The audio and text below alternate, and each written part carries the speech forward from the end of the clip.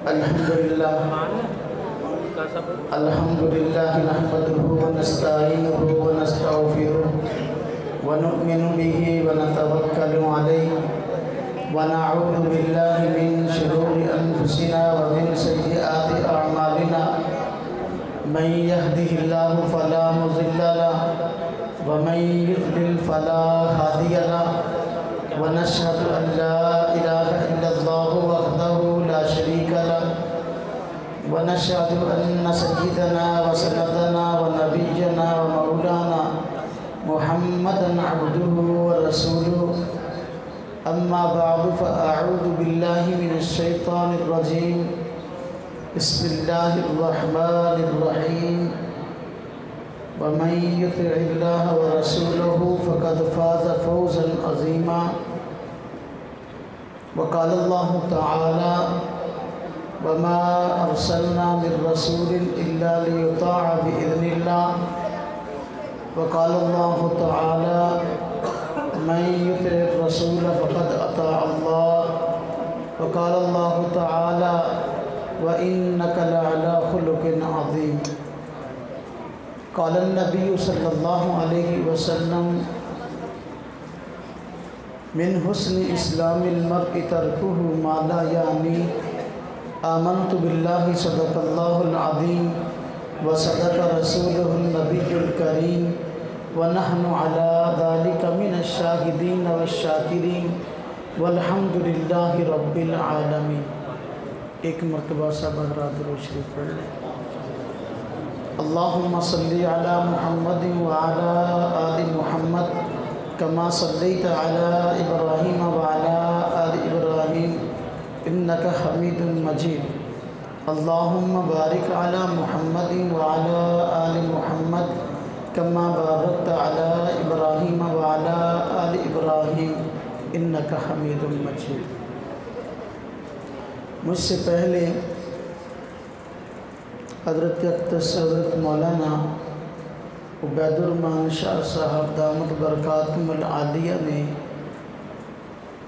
حضور نبی اقدس صلی اللہ علیہ وسلم کی عظمت مبارک پر بڑی تفصیلی گفتگو کی ہے۔ آخر میں انہوں نے آپ صلی اللہ علیہ وسلم کی مبارک تعلیمات پر بات شروع کی تھی کہ بیان ختم ہو گیا۔ میں اسی پہ ہی چند باتیں آپ حضرات کی خدمت میں عرض کروں گا۔ یعنی اب تک جو گفتگو ہوئی وہ عظمت مصطفیٰ اور آمد مصطفیٰ صلی اللہ علیہ وسلم کے حوالے سے تھی۔ میں اب جو گفتگو کروں گا تو یہ مقصد آمد مصطفیٰ صلی اللہ علیہ وسلم پہ کروں گا۔ حضور نبی اقدس صلی اللہ علیہ وسلم کیوں تشریف لائے؟ آپ کے تشریف لانے کا مقصد کیا ہے؟ خلاصہ اس کا یہ کہ آپ صلی اللہ علیہ وسلم کے تشریف لانے کا مقصد انسان کو انسانیت سکھانا تھا۔ انسان کو انسانیت سکھانا تھا، یہ آپ کی تشریف آوری کا مقصد ہے۔ اور انسانیت سمجھ میں آتی ہے جب بندہ اللہ تبارک و تعالیٰ کے حکموں کو پڑھتا ہے اور سنتا ہے، اور آپ صلی اللہ علیہ وسلم کی مبارک زندگی اور آپ کے احوال اور تعلیمات کو پڑھتا ہے اور سنتا ہے۔ حضور نبی پاک صلی اللہ علیہ وسلم کی زندگی، بچپن ہو، جوانی ہو، بڑھاپا ہو، یہ ساری کی ساری ہم سب کے لیے مشعل راہ ہے۔ اور آپ نے انسان کو انسانیت سکھائی ہے۔ میں بچپن سے پھر جوانی چند ایک واقعہ عرض کروں گا، واقعے کو سمجھنا ذرا آسان ہوتا ہے۔ جب حضور نبی پاک صلی اللہ علیہ وسلم بالکل چھوٹے بچے تھے دودھ پلانے کے لیے حضرت سیدہ آمنہ نے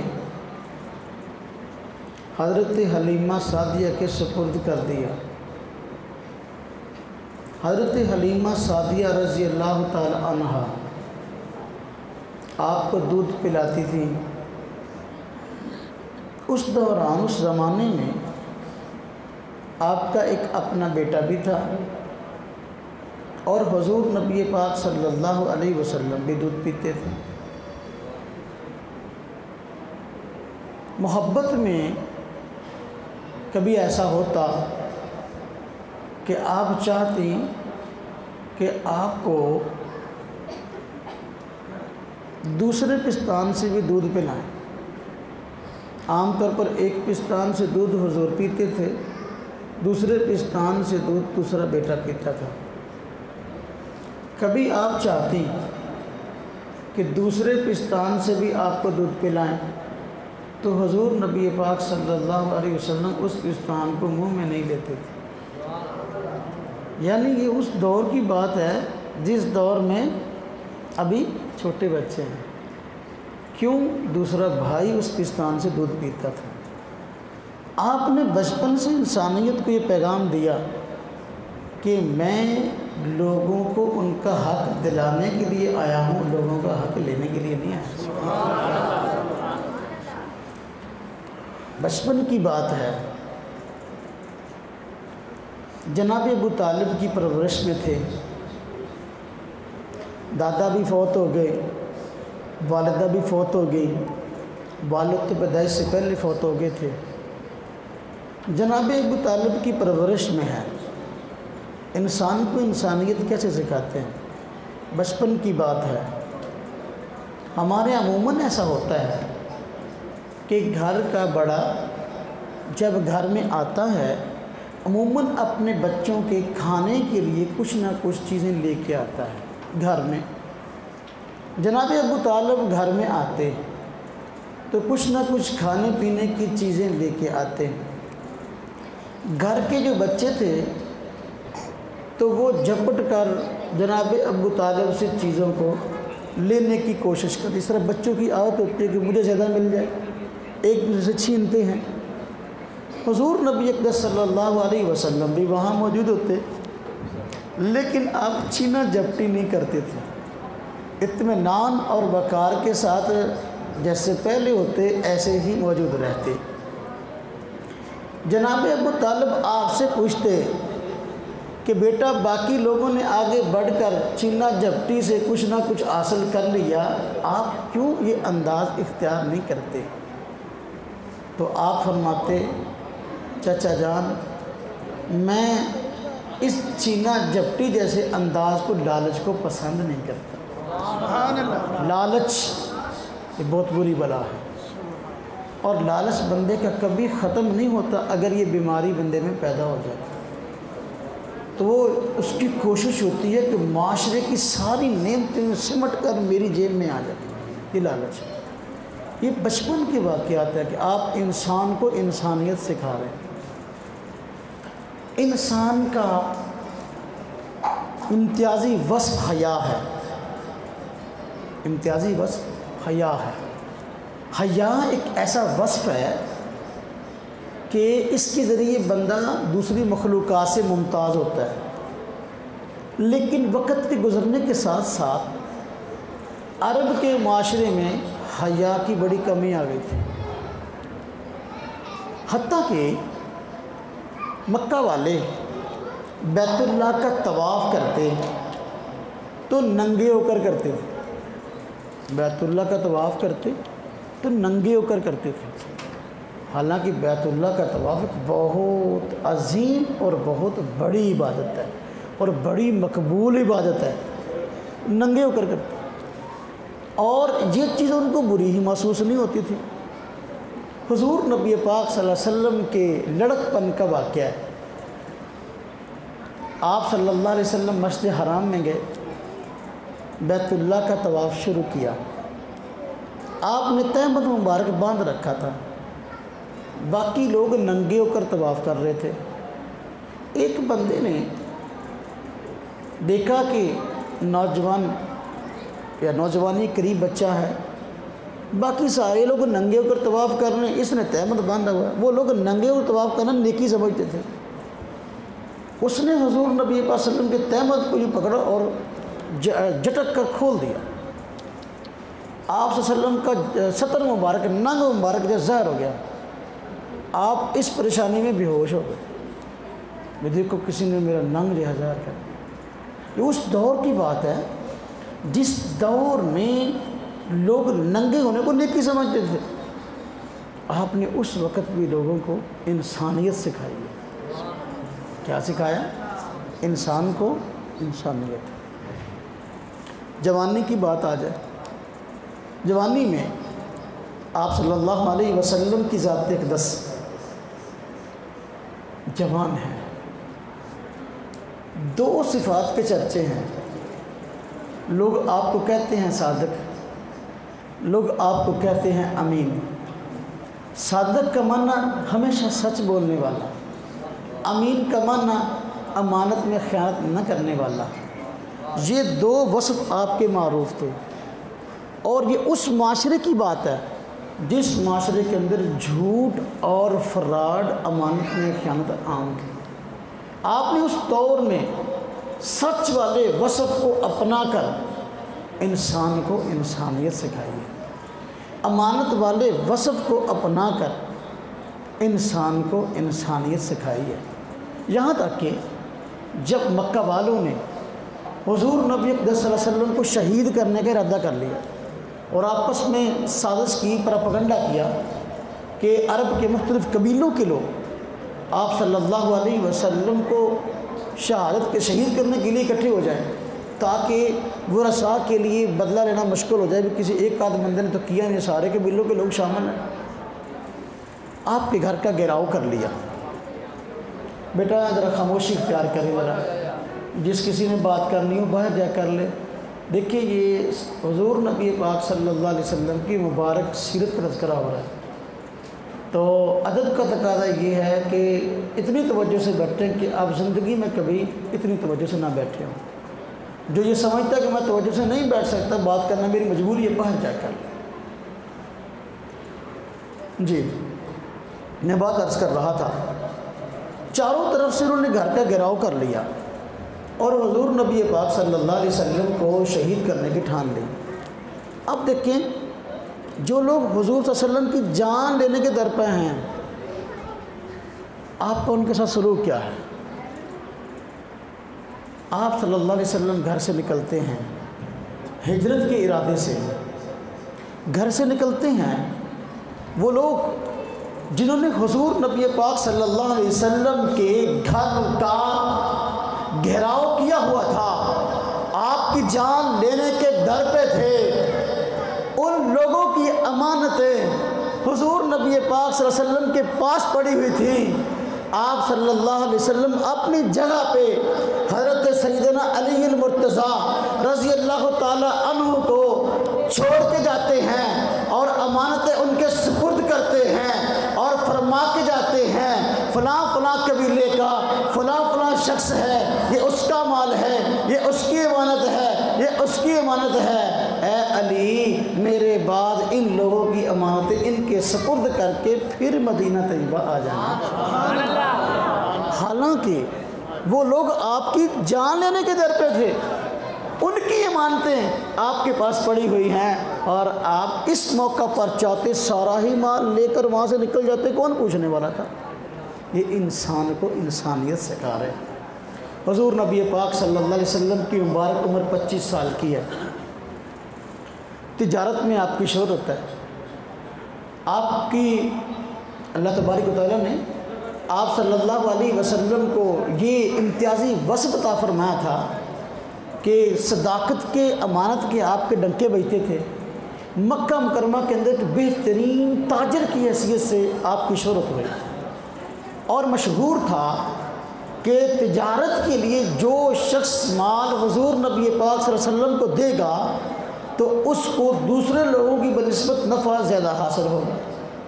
چنانچہ آپ صلی اللہ علیہ وسلم نے اعلان نبوت سے پہلے کئی سفر کیے بیرون ممالک تک، اور امانت اور دیانت کے ڈنکے تھے۔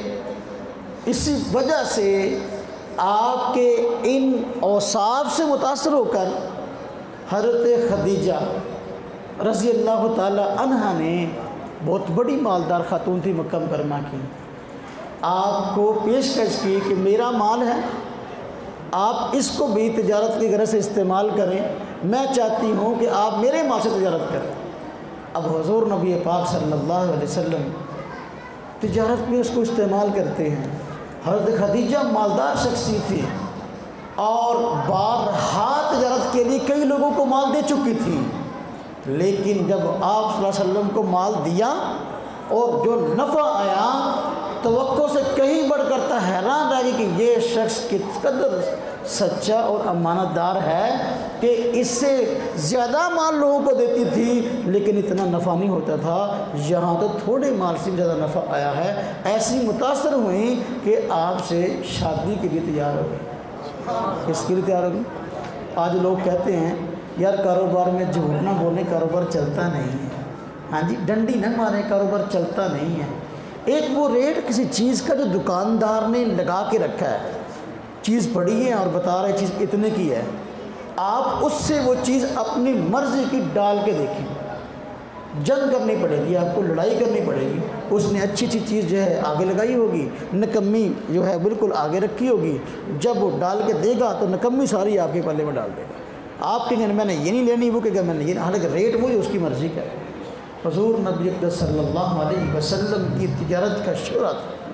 میرے بھائیوں، اگر آپ امانت اور دیانت کا خیال رکھتے ہوئے، جھوٹ سے بچتے ہوئے مثالی تجارت مکہ مکرمہ میں کر سکتے ہیں تو میرے بھائیوں میں اور آپ کیوں نہیں کر سکتے؟ اس لیے قرآن کریم میں اللہ تبارک و تعالیٰ نے فرمایا وَيْلٌ لِّلْمُطَفِّفِينَ الَّذِينَ إِذَا اكْتَالُوا عَلَى النَّاسِ يَسْتَوْفُونَ وَإِذَا كَالُوهُمْ أَوْ وَزَنُوهُمْ يُخْسِرُونَ۔ میرے بھائیوں، ان لوگوں کے لیے وادی ویل کی وعید سنائی گئی جو لوگ ناپ تول کے اندر کمی کرتے تھے۔ فرمایا وہ لوگ جو دوسروں سے لیتے ہیں پورے کا پورا وصول کرتے ہیں لیکن جب دینے کی باری آتی ہے تو ڈنڈی مارتے ہیں۔ ان لوگوں کے لیے دوزخ کی وہ وادی جس سے دوسری وادیاں پناہ مانگتی ہیں، جس کا نام ویل ہے، یہ لوگ اس پہ جانے کے مستحق ہیں۔ میرے بھائیوں، میرے دوستوں، میرے عزیزوں، حضور نبی پاک صلی اللہ علیہ وسلم نے تجارت کر کے دکھا دی۔ اب دیکھیں، آپ صلی اللہ علیہ وسلم کی عمر مبارک 25 سال ہے، ابھی آپ نے شادی نہیں کی، خوبصورت گبرو جوان ہیں، حسب نسب والے ہیں اور طرح طرح کے رشتے حضور نبی پاک صلی اللہ علیہ وسلم کو آئے، بڑے بڑے خاندانوں کے، خوبصورت بچیوں کے، پڑھے لکھے پتہ نہیں کون کون سے، لیکن جب آپ پہلی شادی کرتے ہیں کس سے کرتے ہیں؟ اس خاتون سے جو کہ بیوہ، کس سے ہیں؟ کیا ہیں؟ بیوہ۔ حالانکہ آپ 25 سال کے جوان ہیں، گبرو ہیں، خوبصورت ہیں اور اپنے امتیازی اوصاف کی وجہ سے، اپنے اچھے اخلاق کی وجہ سے معروف ہیں، لیکن اس کے باوجود میرے بھائیوں، میرے دوستوں، میرے عزیزوں، اس خاتون سے شادی کرتے جو بیوہ بھی ہے اور 40 سال کی ہے۔ سبحان اللہ، بیوہ بھی ہے اور 40 سال کی ہے۔ آج کل ہمارے ہاں جو گھروں کے اندر جو رشتے رکے ہوئے ہیں نا، اس کی وجہ کیا ہے؟ ہم نے اپنے معیار بنا رکھے ہیں کہ بھئی منڈا بچے کی شادی کرنی ہے تو بچی وہ ملے عمر میں چھوٹی ہو، ہاں جی، ہان جوڑ جو کہتے ہیں، ہان جوڑ ہو گئے۔ حضور نبی پاک صلی اللہ علیہ وسلم نے اس خاتون سے شادی کی جو بیوہ تھی۔ اس عرب کے معاشرے کے اندر بیوہ سے شادی کرنا عیب تصور ہوتا تھا۔ حضور نبی پاک صلی اللہ علیہ وسلم نے انسانوں کو انسانیت سکھائی اور شادی آپ نے جو کی اس بیوہ سے کی، اور عمر کا بھی دیکھ لے، 25 سال کے گبرو جوان ہیں اور ان کی عمر 40 سال ہے، اور اپنی جوانی کی زندگی حضور نبی اقدس صلی اللہ علیہ وسلم نے حضرت خدیجہ کے ساتھ گزار دی، ایک بیوہ۔ میرے بھائیوں، میرے دوستوں، میرے عزیزوں، آج کل کسی بچی کو طلاق ہو جائے، کسی بچی کا خاوند فوت ہو جائے، اس سے کوئی نکاح نہیں کرتا۔ یہ آپ صلی اللہ علیہ وسلم کی سیرت ہے، آپ نے انسانوں کو انسانیت سکھائی۔ میرے بھائیوں، وقت تو پتہ نہیں چلا کدھر گیا، میں تو بعد جو ہے ابھی تمہید باندھ رہا تھا، چلو ایک دو باتیں کرتا ہوں تو وقت ہو جائے گا تو بات ختم کر دوں گا۔ آپ صلی اللہ علیہ وسلم نے انسانوں کو انسانیت سکھائی ہے۔ قرآن کریم میں اللہ تبارک و تعالیٰ نے آپ کے متعلق فرمایا ہے وَإِنَّكَ لَعَلَىٰ خُلُقٍ عَظِيمٍ، آپ اخلاق کی اعلیٰ بلندیوں پر ہیں، یعنی آپ سے اونچے اخلاق اس کائنات میں کسی کے نہیں ہیں۔ دیکھنا ذرا اس اخلاق کا مظاہرہ کیسا ہے۔ جب آپ صلی اللہ علیہ وسلم نے ہجرت فرمانے کا ارادہ فرمایا تو آپ کا جی چاہا کہ بیت اللہ کے اندر دروازہ کھول کے بیت اللہ کے اندر 2 رکعت نماز نفل ادا کروں۔ حسرت تھی کہ پتہ نہیں پھر کب موقع ملے، کیا معاملہ ہو۔ جس شخص کے پاس بیت اللہ کی چابی تھی آپ اس کے پاس گئے اور اس سے فرمایا کہ بھائی پتہ نہیں میرا میں کب چلا جاؤں، کب یہاں رہوں، تو میری خواہش ہے کہ آپ بیت اللہ کا دروازہ کھول دیں، میں 2 رکعت نماز نفل یہاں پڑھ لوں۔ تو اس نے بہت زیادہ برا بلا کہا اور کہا کہ میں ہرگز آپ کو بیت اللہ کے اندر نماز پڑھنے کی اجازت نہیں دیتا، چابی آپ کو نہیں مل سکتی، اور طرح طرح کی باتیں بھی کی۔ حضور نبی پاک صلی اللہ علیہ وسلم نے فرمایا اچھا چلو، فرمایا ایک وقت آئے گا کہ یہ چابی آپ سے لے لی جائے گی، یہ بیت اللہ کی چابی آپ سے لے لی جائے گی۔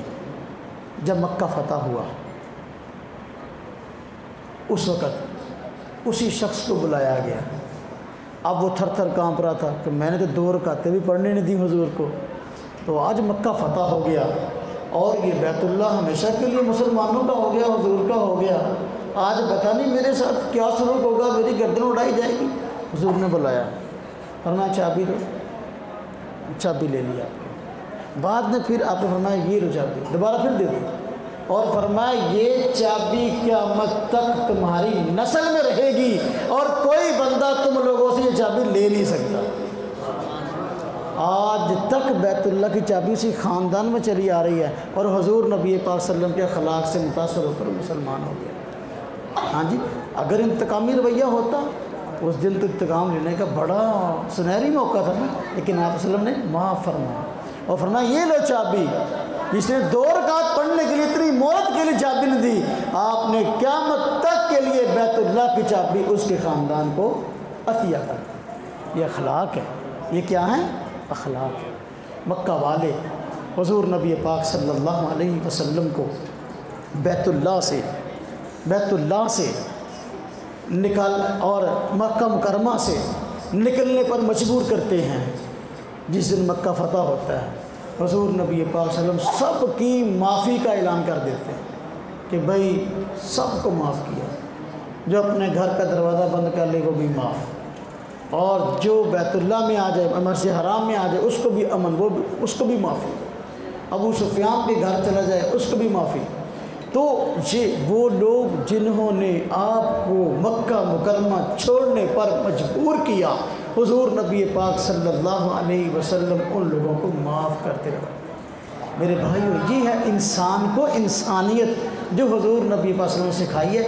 آج اگر ہم یہ ایک وصف بھی اپنا لیں نا کہ بھائی معاف کرنا سیکھ لیں، انتقامی رویہ چھوڑ دیں، اپنے رشتہ داروں سے، اپنے عزیزوں سے، اپنے بھائیوں سے، اپنے محلے والوں سے، اپنے پڑوسیوں سے کسی سے کوئی غلطی ہو جائے، معاف کرنے کا اگر رویہ اپنا لیں میرے بھائیوں، تو یہ انشاءاللہ ہماری پوری کی پوری زندگی کو انشاءاللہ تعالی دنیا میں جنت بنا کے رکھ دے۔ حضور نبی پاک صلی اللہ علیہ وسلم طائف والوں کا واقعہ، میں تو آپ کو باتیں یاد دلا رہا ہوں، وغیرہ ساری باتیں آپ نے سنی ہیں۔ آپ طائف والوں کو تبلیغ کے لیے گئے، ہاں جی، انہوں نے قبول بھی نہ کی آپ کی دعوت، اسلام نہ لائے، وہ بعض قسم کے لڑکے آپ کے پیچھے لگا دیے۔ اب ہوا کیا کہ آپ کو پتھر مارے گئے، آپ کا سر مبارک رنگین، جسم مبارک جگہ جگہ سے زخمی، جوتا مبارک جو ہے وہ خون سے رنگین۔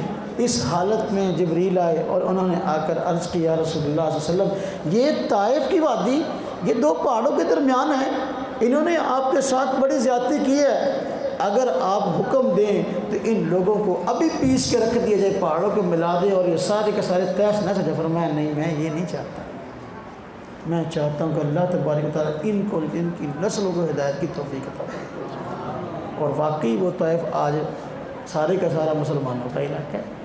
تو میرے بھائیو یہ انسان کو انسانیت ہے جو حضور نبی پاک صلی اللہ علیہ وسلم نے سکھائی ہے۔ اسی طرح ایک جنگ کے موقع پر میں تو آپ کو واقعات سنا رہا ہوں، حضور صلی اللہ علیہ وسلم کی مبارک زندگی کے واقعات اگر پڑھیں صحیح بات ہے اپنی زندگی کو بدلنا آسان ہو جائے۔ ایک جنگ کے موقع پر آپ صلی اللہ علیہ وسلم آرام فرما رہے درخت کے نیچے، دشمنوں میں سے ایک آیا، گھات میں تھا، دیکھا کہ حضور نبی پاک صلی اللہ علیہ وسلم آرام فرما رہے ہیں اور آپ نے تلوار مبارک بھی اپنی درخت کے ساتھ لٹکا دی تھی۔ اس نے تلوار اٹھائی اور آپ کو مخاطب کر کے کہنے لگا بتاؤ محمد اب تمہیں مجھ سے کون بچائے؟ آپ نے فرمایا میرا اللہ مجھے بتائے گا، میرا اللہ، بیٹھو بیٹا، میرا اللہ مجھے بچائے گا۔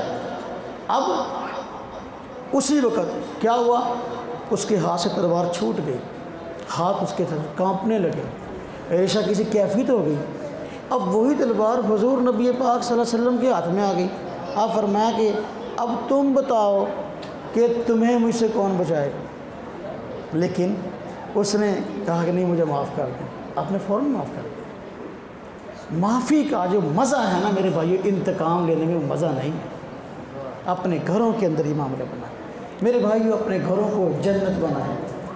اپنی بیوی، میں ایک واقعہ سنا کرتا ہوں، حضور نبی پاک صلی اللہ علیہ وسلم پر پوری امت کی اصلاح کا بوجھ تھا، اور یہ ایسا بوجھ تھا اللہ پاک نے قرآن کریم فرمایا الذی انقض ظہرک، بہت بڑی ذمہ داری تھی۔ لیکن اس کے باوجود جب گھر میں داخل ہوتے، شاہ صاحب فرما رہے تھے نا، گھر میں داخل ہوتے مسکراتے ہوئے، آپ صلی اللہ علیہ وسلم کی جو گھر کی زندگی تھی نا، یہ ایک بہترین دوست کی زندگی تھی۔ اپنی بیویوں کے ساتھ آپ صلی اللہ علیہ وسلم کا بڑا بہترین رویہ تھا۔ ہمارے یہاں ایسا ہوتا ہے، دوستوں کے ساتھ بڑا اچھا سلوک ہے، بڑا اچھا موڈ ہوتا ہے، محلے میں علاقے والے سب کے ساتھ بڑا اچھا رویہ ہے، جو ہی گھر میں داخل ہوتے ہیں فوراً سارا غصہ بیوی پہ نکال لیتے ہیں۔ آپ صلی اللہ علیہ وسلم کے یہ طرز مبارک نہیں تھا، بلکہ آپ اپنی بیویوں کے ساتھ ہنسی مذاق بھی کرتے تھے اور اچھے اخلاق سے بس وقت ان کی تفریح کا سامان بھی فراہم کرتے تھے۔ ایک مرتبہ ایسا ہوا، حضور نبی پاک صلی اللہ علیہ وسلم شاہ فرمایا، 5 منٹ باقی ہیں بلکہ 4 منٹ، حضور نبی پاک صلی اللہ علیہ وسلم شاہ فرمایا حضرت عائشہ کو، فرمایا عائشہ میرا جی چاہتا ہے کہ ہم دونوں دوڑ لگائیں، دونوں دوڑ لیں، دیکھیں کون جیتتا۔ اب یہ خامد کا بیوی سے رویہ ہے، خامد وہ جو ساری کائنات کا سردار ہے، ہاں جی، بیوی کو خوش کرنا۔ فرمایا عائشہ دونوں دوڑنا لگائیں۔ تو عائشہ نے کہا چلو۔ اب ام المومنین کا جسم ہلکا پھلکا تھا، عمر بھی تھوڑی تھی، حضور نبی پاک صلی اللہ علیہ وسلم کا جسم مبارک ذرا ان سے بھاری بھر تھا، تو ان کو یہ خیال تھا کہ میں جیت جاؤں گی، اور حضور صلی اللہ علیہ وسلم کو بھی خیال تھا کہ میں نے ان کو جیتنے دینا ہے تاکہ جیتے تو خوش ہو جائے۔ فرمایا چلو دوڑ لگاتے ہیں فلاں جگہ تک۔ اب حضور اپنی بیوی کے ساتھ دوڑ لگا رہے ہیں، اور قصداً آپ صلی اللہ علیہ وسلم نے عائشہ رضی اللہ عنہا کو موقع دیا کہ وہ پہلے پہنچ جائیں۔ چنانچہ وہ پہلے پہنچ گئی وہاں تک، فرمایا حضور میں جیت گئی۔ فرمایا واہ بڑی بات ہے، یعنی دل خوش کیا، بیوی کا دل خوش کیا کریں۔ بیوی کو ناراض کرنا تو ہر بندے کو آتا ہے نا، بیوی کا دل خوش کرنا چاہیے۔ ایک دن پھر آپ نے فرمایا عائشہ آج پھر نہ دوڑ لگائیں؟ انہوں نے کہا چلو پھر لگائیں۔ اب ان کے ذہن میں یہ تھا کہ اس دن بھی جیت گئی تھی تو آج بھی جیت جاؤں گی، ہاں جی، دوبارہ پھر دوڑ لگائی۔ اب آپ صلی اللہ علیہ وسلم نے جب دوڑے تو آپ پہلے پہنچ گئے وہاں تک۔ فرمایا عائشہ تل کا بھی تل کا، یہ اس کے بدلے میں گھریلو زندگی، یہ گھریلو میں کہا کرتا ہوں ہمارے نوجوان بھائی ہیں نا، عموماً یہ گھر کو ٹائم نہیں دیتے، باہر بہت ٹائم دیتے ہیں دوستوں کو۔ 1 بجے گھر آئیں گے، 2 بجے بیوی بیچاری بیٹھی ہے، ہاں جی، کہ میرے میاں صاحب کب گھر میں آئیں کہ میں کنڈی لگاؤں، میں بھی آرام سے سوؤں، بیچاری انتظار میں بیٹھی ہے، دوستوں کے ساتھ گلی محلے موبائل استعمال کر اپنے گھر والوں کو ٹائم نہیں دیتے۔ حضور نبی پاک صلی اللہ علیہ وسلم اپنے گھر والوں کو پورا ٹائم دیتے تھے، اور آپ صلی اللہ علیہ وسلم کی مبارک زندگی میں گھریلو زندگی جو ہے بڑے زبردست واقعات ملتے ہیں۔ آج کل نوجوانوں کا قرض ہے، جب 4 پیسے جیب میں ہوتے ہیں نا، 4 پیسے جیب میں ہوتے ہیں تو بڑے بڑے ہوٹلوں پہ کھانا کھانے کے لیے جاتے ہیں، بڑے بڑے ہوٹلوں پر، چل یار آج فلاں ہوٹل چلیے کھانا کھائیے، فلاں ہوٹل سے کھانا کھائیے۔ صورتحال یہ ہوتی ہے کہ جو گھر میں بیوی ہے بچے ہیں ان سے دال کا بھی حساب لیتے ہیں، ہاں جی ادھا دال منگائی سی، پائیا دال منگائی سی، انہیں دی آئی بقایا پیسے کتنے ہیں؟ آپ جا کے ہوٹلوں کے اندر دعوتیں اڑاتے ہیں اور بیویوں پر پابندیاں، اپنے لیے آزادیاں، گھروں میں جو جھگڑے اور فساد ہیں اسی وجہ سے۔ حضور نبی پاک صلی اللہ علیہ وسلم دعوت کھاتے تھے، لیکن بسا اوقات جو ہے وہ آپ کی یہ عادت تھی اپنے گھر والوں کو بھی دعوت میں شریک کرتے تھے، اکیلے دعوت نہیں اڑاتے تھے۔ آپ کے پاس ایک بندہ آیا، اس نے کہا حضور میں نے بڑا اچھا کھانا پکایا ہے اور آپ کی دعوت ہے، آپ کو لینے آیا ہوں۔ آپ نے فرمایا کیا عائشہ کی بھی ہے؟ انہوں نے کہا، وہ بھی صاف کو بندہ تھا، اس نے کہا حضور میں نے تو آپ کے لیے پکائی ہے، ہاں جی کھانا پکایا ہے، تو ان کے لیے تو نہیں ہے۔ فرمایا پھر میں نہیں آتا، جب میں نہیں آتا۔ وہ چلے گئے، تھوڑی دیر بعد پھر آ گئے، پھر آ کر کہا حضور آپ کی دعوت ہے، فرمایا عائشہ کی بھی ہے؟ تو انہوں نے کہا کہ نہیں، اب پھر میں نہیں آتا۔ تیسری مرتبہ پھر آئے، فرمایا حضور آپ کی دعوت ہے، فرمایا عائشہ کی بھی ہے؟ تو انہوں نے کہا کہ نہیں، بلکہ تیسری مرتبہ انہوں نے کہا جی ہاں۔ تو فرمایا چلو پھر میں ان کے ساتھ آتا ہوں۔ اب یہ ہے گھر والوں کے بغیر آپ دعوت قبول نہیں کرتے، ہم ہیں کہ گھر والوں کے بغیر دعوتیں اڑاتے ہیں اور بیوی بچوں کو جو ہے نا چھوٹی سی چھوٹی بسوں کا ضروریات پر اتنا تنگ کر دیتے ہیں کہ ہر وقت گھر میں جو ہے نا وہ جھگڑا رہتا ہے، ہاں جی اتنا کیوں پکایا اور اتنا کیوں نہیں پکایا اور یہ کیوں پکایا اور یہ کیوں نہیں پکایا۔ میرے بھائی دوستوں کے ساتھ گوشت اڑانے، دعوتیں اڑانے کی بجائے اپنے گھر کے اندر گوشت پکایا کریں، اپنے بچوں کے ساتھ، اپنی بیوی کے ساتھ کھایا کریں۔ ایک گھر کے اندر آج جو یہ گھر عذاب بنا ہے نا، اسی وجہ سے ہے کہ یہ سارے کے سارے معاملات الٹ ہونے لگے ہیں۔ گھر میں جب آتے ہیں تو غصے سے بھرے ہوئے ہوتے ہیں، باہر دوستوں کے ساتھ ہوتے ہیں تو خوب جو ہے وہ خوشی کا اظہار ہوتا ہے۔ اللہ تبارک و تعالی ہمیں حضور نبی پاک صلی اللہ علیہ وسلم کی مبارک زندگی کو پڑھ کر، سن کر، عمل کرنے کی توفیق عطا فرمائے۔